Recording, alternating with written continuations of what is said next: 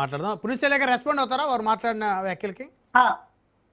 Sir వారు ఇప్పుడే అన్నారు సార్, జగన్మోహన్ రెడ్డి గారు ప్రజల్ని తప్పు పట్టారు అని చెప్పని. ఎప్పుడు కూడా ఆయన ఫస్ట్ ప్రెస్ మీట్ ఈ రోజుకి వీడియో చూసినా కూడా ఎందుకు జరిగిందో ఏం జరిగిందో భగవంతుడిది, ప్రజల తీర్పుని మనం గౌరవించాలి అన్నారు. మా నాయకుల్లాగా చంద్రబాబు నాయుడు గారు గౌరవనీయులు నా రోడ్ల మీద నడుస్తున్నారు, నా పెన్షన్లు ఇస్తే తీసుకుంటున్నారు అని ప్రజల్ని ఎక్కడా కూడా దూషించలేదు జగన్మోహన్ రెడ్డి గారు. కాబట్టి అది కూడా కిరణ్ గారు ఒకసారి తెలుసుకోవాలా. రెండోది, గెలుస్తామని చెప్పట్లేదు, మీరు ప్రిడిక్షన్ చెప్పలేరు సార్. ప్రిడిక్షన్ ఎవరని చెప్పలేము, ఎందుకంటే ఈవీఎం మిషన్స్ ని ఎవరు నమ్ముకోలే. ఈవీఎం మిషన్స్ నమ్ముకుంటే ప్రిడిక్షన్స్ చెప్పచ్చు.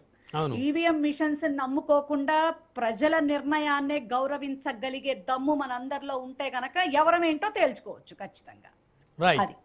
ఇది సార్. కృష్ణాయన్ గారు, నాయుడు గారు ఒక్క మాట, ఒకే ఒక్క మాట చెప్పండి సార్. డైరెక్ట్ ఎలక్షన్స్ మేయర్లకి డైరెక్ట్ ఎలక్షన్స్ ఏదైతే ప్రజలే నిర్ణయం, డైరెక్ట్ ఎలక్షన్స్ అటువంటి పెట్టే దమ్మున్న నాయకుడు కదా మా నాయకుడు. అలాగా ఏదో కేవలం కార్పొరేటర్లు హెడ్ కౌంట్ తో చేసేటువంటిది కాదు. ఎందుకులే మనం సీట్లు ఇచ్చుకునే వ్యవహారంలో మనకి ఇబ్బంది అయిపోతుందని పాపం డైరెక్ట్ ఎలక్షన్స్ జీవో రిలీజ్ చేశారు కిరణ్ గారు. వాట్ ఎవర్ ఇప్పుడు మన ఇంట్లో కాదండి, కాదు, ఎందుకంటే ఇప్పుడు మీకే ఎవరికి ఎన్ని సీట్లు అనేది ఇంతవరకు కన్ఫర్మ్ అవ్వలే. మాకు ఆ ఇబ్బంది లేదు.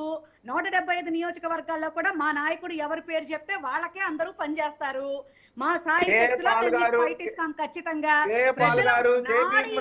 మీకు చూపిస్తాం.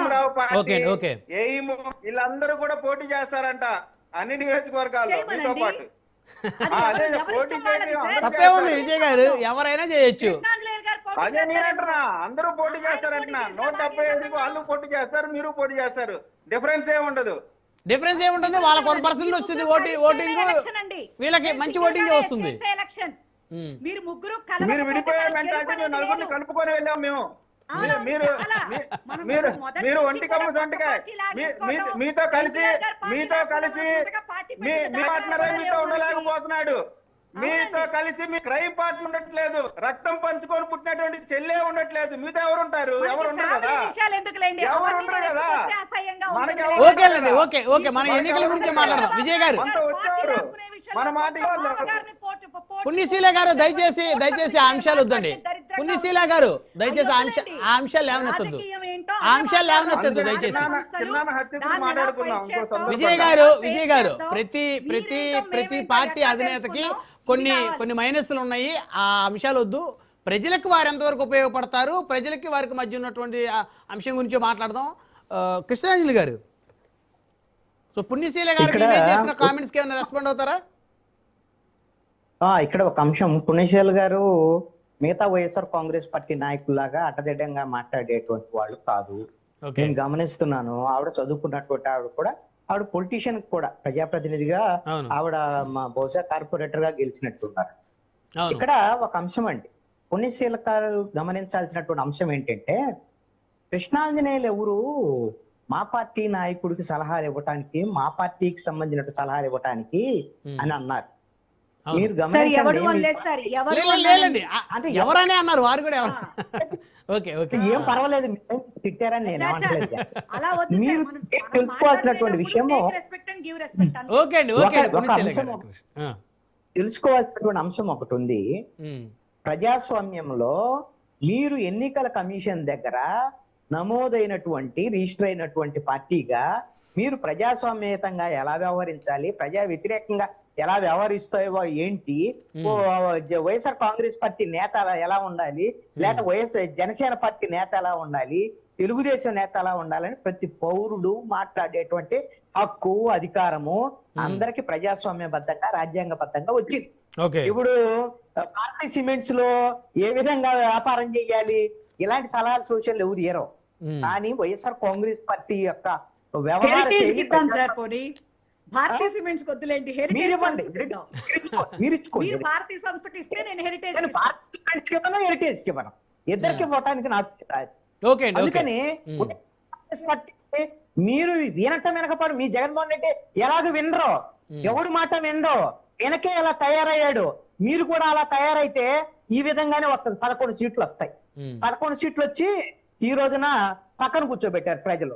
కనీసంగా ఇంతవరకు మీకు కనీసంగా సమీక్షించుకునేటువంటి పరిస్థితి కూడా జగన్మోహన్ రెడ్డి దగ్గర లేదు కాబట్టి ఎలా తయారయ్యాడు. అంటే మీరెవరు చెప్పడానికి అని అడుగుతున్నారు, ఉన్నా లేకపోతే మీకేం సంబంధం అంటున్నారు. స్వామ్యంలో ఒక పార్టీ ప్రజలు ఉద్ధరిస్తామని వచ్చారు, మీరు ఉద్ధరించలేదు, ప్రజలకు అన్యాయం చేశారు, తీరకాలలాగా మిమ్మల్ని ఓడిచ్చారు, భవిష్యత్తులో రావాలంటున్నారు కదా, మళ్ళీ మేమే వస్తామన్నారు కదా.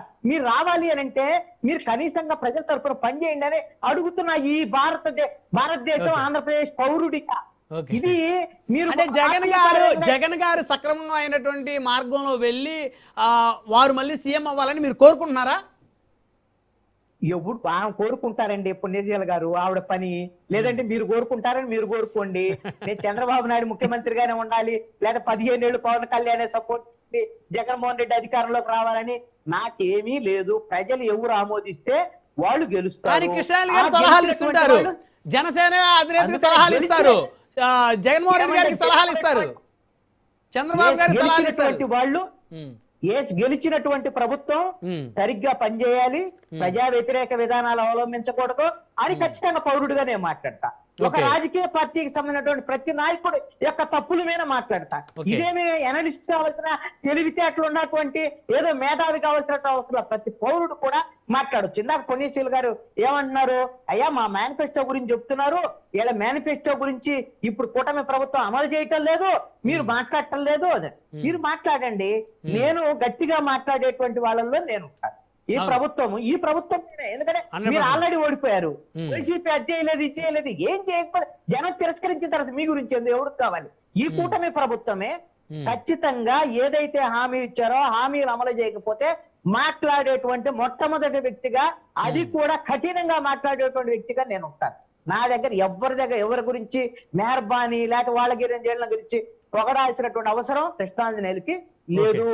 విమర్శ కూడా అంతే గట్టిగా ఉంటుంది. మీరు చెప్తున్నారు కదా మేము నవరత్నాలు అమలు చేసాం అది ఇదని. నేను నవరత్నాలునే 9 పథకాలు, ఒకటన కొత్తది ఉందా దాంట్లో? అన్ని పాత పథకాలు 1952 నుంచి ఇప్పటి వరకు ఏవైతే సంక్షేమ పథకాలు రూపాలు మారుతూ అమలు చేసుకుంటూ వచ్చినటువంటి పథకాలని పాత సీసాలో కొత్త సారా లాగా నవరత్నాలు అనేటువంటి పేరు పెట్టి చేశారు. అయ్యా అన్ని చేస్తే మీరు పుణ్యశీల గారు, మీ నాయకుడు అన్ని చేస్తే జనం ఎందుకు ఓడిస్తారు? మీరు చేసినటువంటిది ఏంటి? బటన్ నొక్కి ఓట్లు వేసేస్తే మీకు బటన్ నొక్కడానికి కూడా దమ్ము ఉండాలన్నారు. బటన్ నొక్కడానికి కూడా దమ్ము ఉండాలి. నేను అదేనండి చెప్తుంది, ఆవిడ అన్నది నేను విన్నాను కదా. బటన్ నొక్కి దమ్ముంటే ఏమన్నా ఇడుపుల పాయలో నేను చెప్తున్నాను కదా. నేను ఒక మాట చెప్తాను, రాజశేఖర రెడ్డి దాచిపెట్టి డబ్బులు తెచ్చామన్నా జనానికి ఇచ్చాడయ్యా జగన్మోహన్ రెడ్డి? ఇప్పుడేమన్నా చంద్రబాబు నాయుడు గారు వినమ్మా మధ్యలో ఊరికే రన్నింగ్.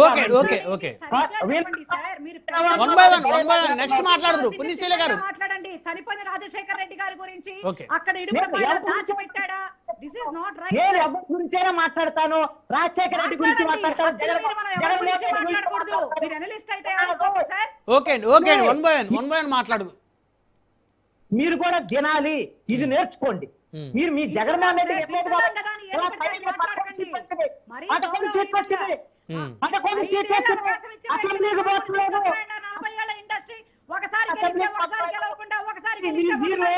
ఎందుకంటే ప్రజాస్వామ్యంలో ఉండే ఎన్నికైనటువంటి మీ ఎమ్మెల్యేలు అసెంబ్లీకి పంపించకుండా వినకుండా మీరు ఇదే నేర్చుకోండి. మీకు ప్రతిపక్షంలో ఉన్న బుద్ధి లేదు, మీ బుద్ధి లేదనే మాట ఎందుకు పడతారని తెలుసా? మీకు అందుకనే మీరు మహిళ కాబట్టి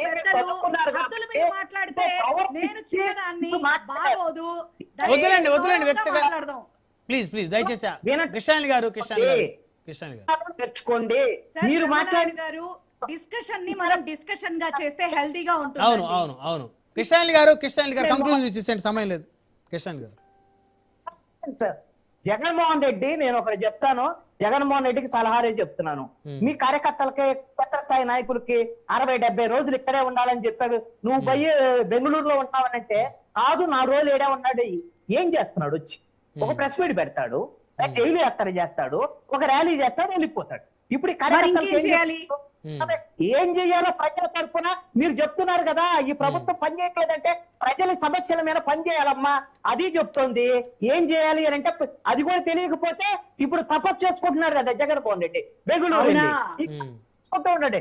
ఓకే, సరేనండి, ఓకే. మీరు చెప్పింది వెళ్ళి చెప్తాంలే. ఓకే అండి కృష్ణాని గారు, సమయం లేదు, ప్లీజ్ పునిశ్చలే గారు. నేను ఎవరైతే మన కార్యకర్తలకు చెప్పాడో జగన్మోహన్ రెడ్డి 60-70 రోజులు క్షేత్రస్థాయిలో ఉండి ఆయాని ఎక్కడైతే ఓకే, ఓకే. ఎన్నికల్లో గెలవాలి స్థానిక సంస్థలు అన్నారు, అట్లాగనే జగన్మోహన్ రెడ్డి ఈ 60-70 రోజుల్లో కనీసం